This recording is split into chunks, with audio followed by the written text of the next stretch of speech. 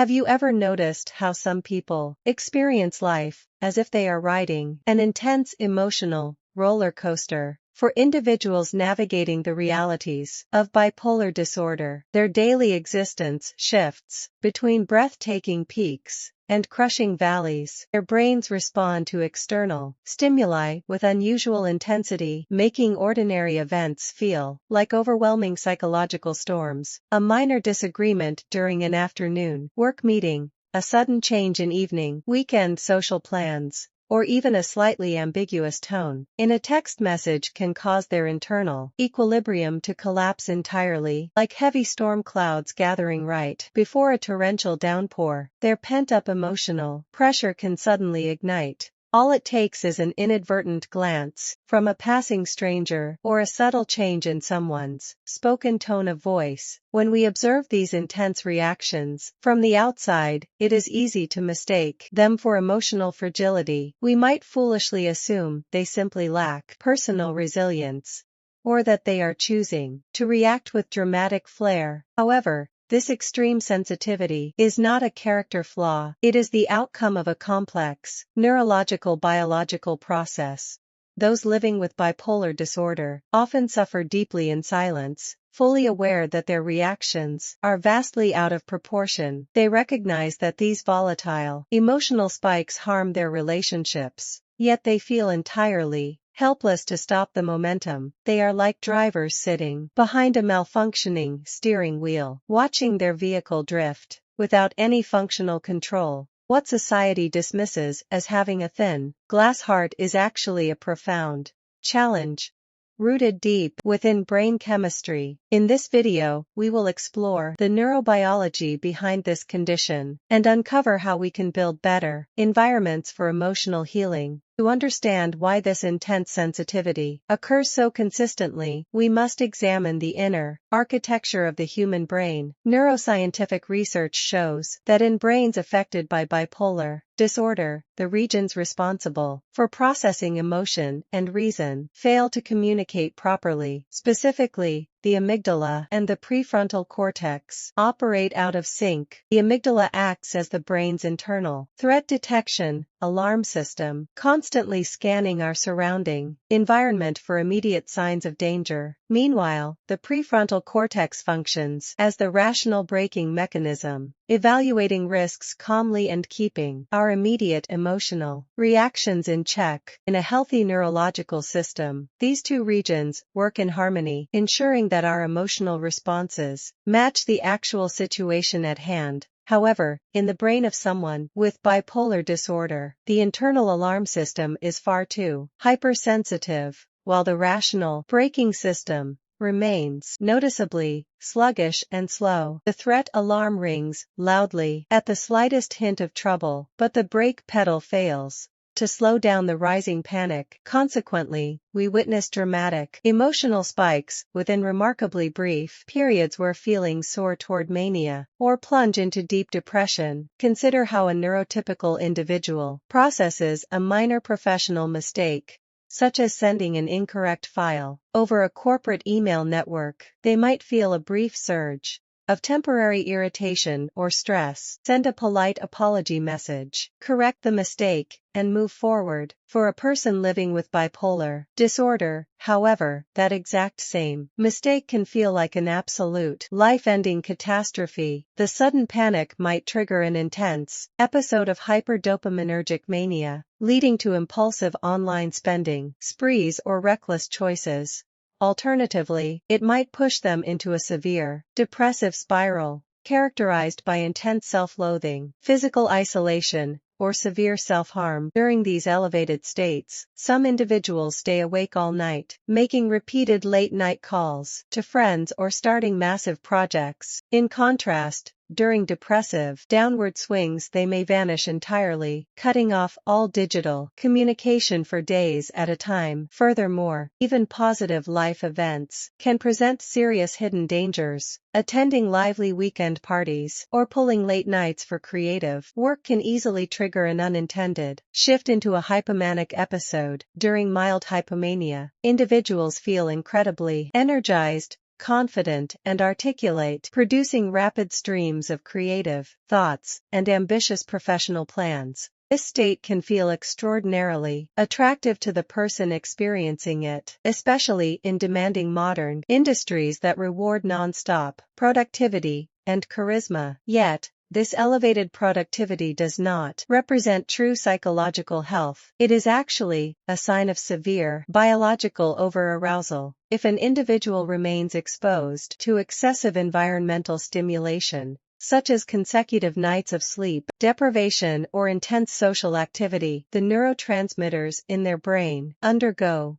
violent and dangerous fluctuations. Dopamine levels crash down precipitously from their absolute peak, throwing the individual into an agonizing state of profound depression. Many individuals describe this transition as falling off a steep cliff where they feel completely hopeless. After a period of intense optimism, to grasp how environmental stress activates these severe clinical symptoms, we can look at real human stories from daily life. One individual shared how a painful argument with her family members caused her underlying condition to deteriorate with shocking speed. She suffered from severe insomnia for several consecutive nights, while the heavy medication regimen began straining her physical organs. Eventually, she noticed significant drops in her daily cognitive memory function. She described her state as feeling like a fragile glass bottle, which had been dropped onto the floor multiple times, accumulating microfractures across its surface until it finally shattered completely. This poetic description accurately illustrates the physical reality of lived psychological trauma, where repeated emotional stress gradually degrades a person's inner resilience. An individual does not become emotionally fragile over a single evening.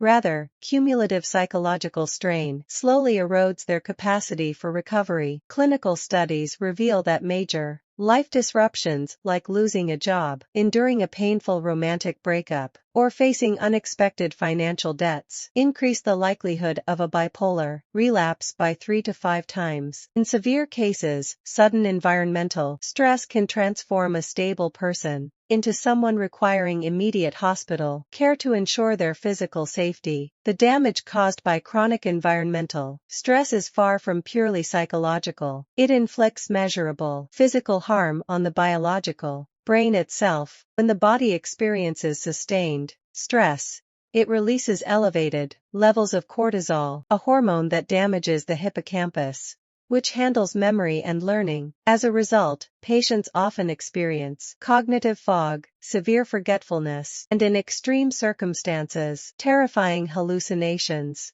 or irrational delusional thoughts. Continuous emotional stress damages both our state of mind and brain structure. This persistent hormonal imbalance severely disrupts healthy sleep cycles, suppresses immune system efficiency, and alters natural appetite patterns. The individual becomes trapped in an exhausting negative feedback loop where feeling anxious worsens their illness, which generates even greater anxiety. Over long periods, managing the core condition becomes increasingly difficult, frequently giving rise to secondary conditions like generalized anxiety disorders, distressing somatic, physical symptoms, and heightened risks of cardiovascular disease. To foster genuine healing, we must deconstruct societal myths about sensitivity, starting with 3 core traits that define this complex neurological condition. The first core trait is hypervigilant stimulus processing. Individuals with bipolar disorder possess an extraordinary capacity to perceive micro-cues, such as micro-expressions, shifts in room tone, or subtle physical gestures, where others see noise. Their brains process signals at maximum volume.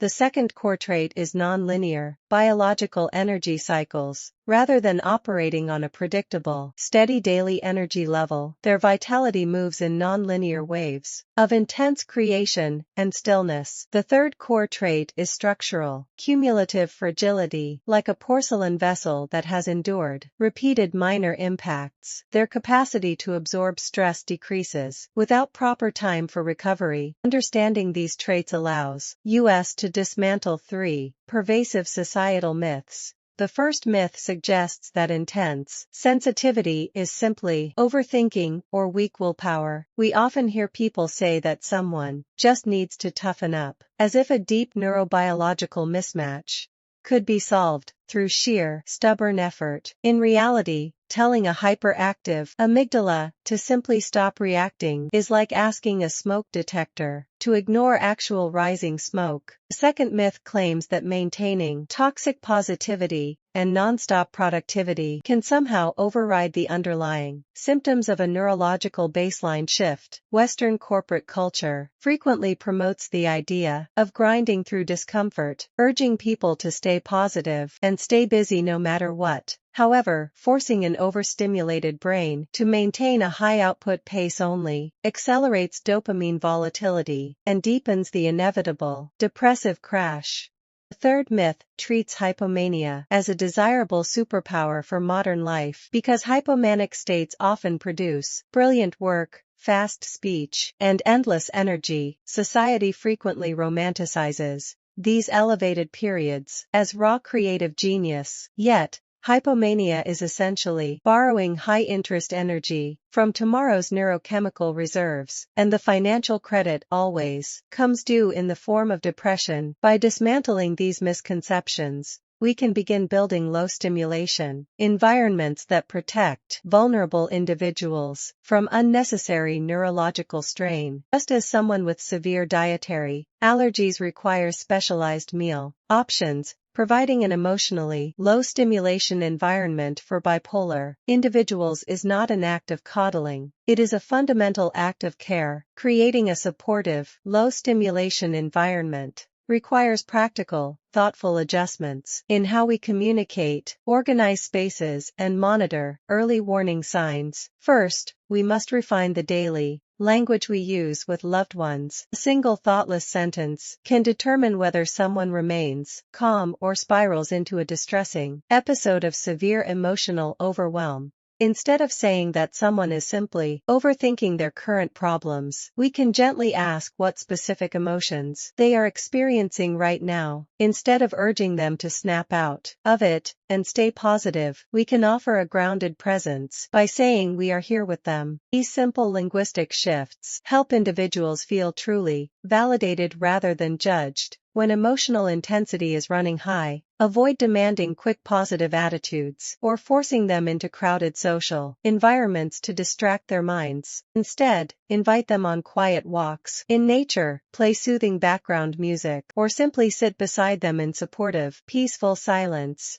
The goal is never to fight against the rising emotional wave, but to learn how to coexist safely alongside it until it subsides. Second, we must curate safe physical spaces and control information flow. Designate a quiet sanctuary within the home where an individual can retreat, equipping the space with noise-canceling headphones and light-blocking blackout curtains. Many individuals are hypersensitive to bright fluorescent lighting and visual clutter, which can directly trigger heightened states of internal agitation and anxiety. Additionally, we must practice intentional digital information filtering for peace of mind. Research confirms that consuming inflammatory news stories or social media outrage significantly elevates daily psychological stress for emotionally sensitive individuals. Establishing clear digital boundaries acts as essential sunblock for the brain, shielding vulnerable minds from toxic online environments and overwhelming digital chatter. Keeping physical living spaces organized and clutter-free also provides invisible support, offering a sense of external order when internal emotions feel entirely chaotic. Third, we must learn to identify early warning signs long before crisis hits. Emotional breakdowns rarely occur completely out of nowhere. Without advanced signals, we can track known personal triggers, such as excessive caffeine consumption, disrupted sleep schedules, or prolonged screen time late at night. We can also observe subtle shifts in behavior preceding an episode, such as unusually rapid speech patterns, sudden jumping between unrelated topics, impulsive decisions to quit jobs, or sudden urges to isolate completely. When these warning signs appear, family members and healthcare providers can adjust treatment plans quickly before a severe episode unfolds. Many individuals track their daily mood patterns using mood tracking applications, detailed personal journals, or visual color charts to map out emotional shifts. When loved ones participate supportively in monitoring these warning indicators, they build an effective safety net that prevents emergency hospital visits. For those who personally live with bipolar disorder, self-management is essential. A writer living with the condition once shared his personal strategy. He outlines complex creative ideas during periods of mild elevated mood, and edits his written work during quieter, lower-energy depressive phases. By practicing mindfulness, he notices subtle emotional shifts early on, stopping his work immediately whenever his thoughts begin moving too fast. He emphasizes that fighting against the illness causes unnecessary, additional suffering, whereas learning to work with its natural rhythm brings true freedom. His lived experience reminds us that having a diagnosis does not mean failure. Effective daily management is the true key to living a fulfilling life. With proper medical treatment, lifestyle adjustments, and strong social support, individuals with bipolar disorder can maintain meaningful careers, deep relationships, and rich personal lives across their lifespan. The goal is to understand one's unique physiological and emotional rhythm, channeling creative energy during elevated moments while practicing self-compassion during lows. Practical self-care habits include maintaining regular sleep schedules every single day, limiting intake of alcohol, heavy caffeine, and high-sugar energy drinks, practicing regular deep breathing exercises, mindfulness, meditation, and light movement, maintaining consistent appointments with trusted mental health care professionals, and communicating openly with family members about emergency support plans. We reach a fascinating philosophical paradox regarding human sensitivity. The very neurological delicacy that makes a brain vulnerable to extreme stress is often the exact same quality that enables profound artistic creativity, deep empathy, and extraordinary perception of the subtle beauty around us. A fine musical instrument tuned to high tension produces extraordinary melodies, yet it demands careful handling so its delicate strings do not snap. What if we stopped viewing intense sensitivity as a defect to fix, and started honoring it as a call for radical self-compassion? If you have navigated these turbulent, emotional waves in your life, what daily practices have helped you rebuild your personal sense of peace? Feel free to share your reflections in the comments below. If this discussion brought you clarity, please like, subscribe, and share this video with someone who might need this gentle perspective today.